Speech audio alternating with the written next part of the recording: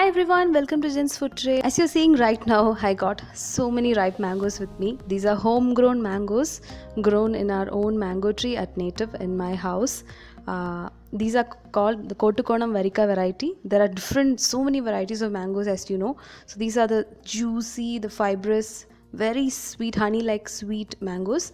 My mom did not forget to pack me so many mangoes when she visited me last week. So we were having a pure mango indulgence all these days, and I thought I should preserve some to enjoy throughout the year. So I thought I'll prepare some summer special recipes, and it is not fair, I know, if I'm not sharing the recipes with you. So I thought I'll make two mango special recipes. The one is part one, which I'm sharing with you today, and the part two will follow. And you should watch the next episode to figure that out. So today we are going to see how to make mango squash using these lovely golden mangoes. So let's move ahead and see how to make mango squash. For that, let's peel our mangoes, remove the skin off, and chop them nicely into pieces. You should run it in a mixie or a food processor to make it into a smooth paste.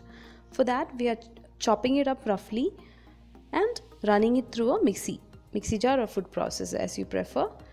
There will be fibrous portions inside. The mango is generally fibrous, this particular variety. You can also use this normal badami or any kind of mango for preparing the squash. So I have prepared pulp here. I got 2 large cups of pulp. In the same cup, I'll be measuring 6 cups of sugar. Along with the sugar, I'll be adding 4 cups of water and boiling this mixture to make it into a sticky syrup. We are not taking the syrup to any string consistency. That is not required to make a squash. All we need is a consistency in which our fingers will stick together when we place a small quantity of sugar syrup between our thumb and index finger. So that is the consistency we are going to expect. So I'm mixing water to the 6 cups of sugar. The 2 cups of mango pulp I have kept aside. I have prepared and kept aside. So based on that measurement only, we had taken the sugar. So let's put it on the stove and start boiling. Once the sugar melts and starts boiling, we'll have to check for the consistency every now and then. Apart from the mangoes, we need some lemons too to make the mango squash. You might be wondering for what. We need the lemon juice to keep the sugar from crystallizing, to prevent crystallization and to render a slightly sour taste, which is a very nice flavor to the mango juice. We are using the lemon juice. So our sugar syrup has come to a nice boil and it is boiling even more nicely now.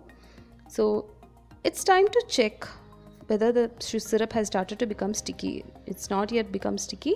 Let's wait for some more time. I'm going to check the syrup one more time for stickiness. As you can see, it is slightly starting to stick to my fingers. Make sure it's not a string consistency and it's not a loose syrup. We want somewhere in the middle.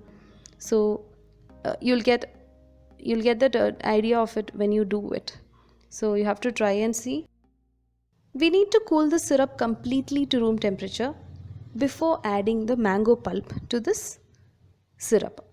The syrup should be completely cooled down. Make sure you do that. If you're adding to the hot syrup, the squash will go bad. Now the syrup is completely cooled down. I had kept it overnight. Now let me add the pulp to the syrup.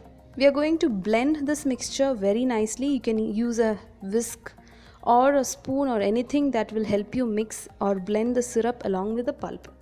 After that, we'll be adding the lemon juice and straining the squash so that all the fibrous portions are filtered out, and we can store the clean, smooth squash in bottles. I added the lemon juice. As I said, it is to prevent crystallization and to render a nice tangy flavor to the juice. I'm using a whisk to blend the pulp or incorporate the pulp into the syrup. It's time to strain out our squash now. I'm using a large sized colander or strainer. Let's run the squash through that and extract the fine, smooth squash mixture.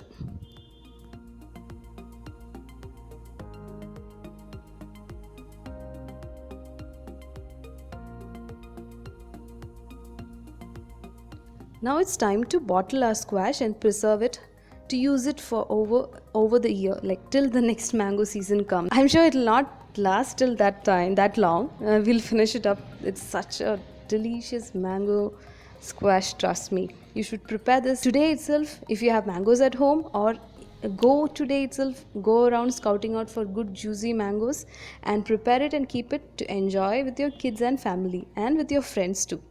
The squash is ready now. Now I'll show you how to prepare mango juice out of the squash. As you know, squash is a concentrated version, so we have to dilute it before drinking it. So I'm taking 3/4 cup of water and I'm measuring out 1/4 cup of this squash, and we'll be mixing both these things together. So if some who visits you without notice, you can serve this squash straight from your fridge. All you need to do is mix water and serve them chilled fresh mango juice.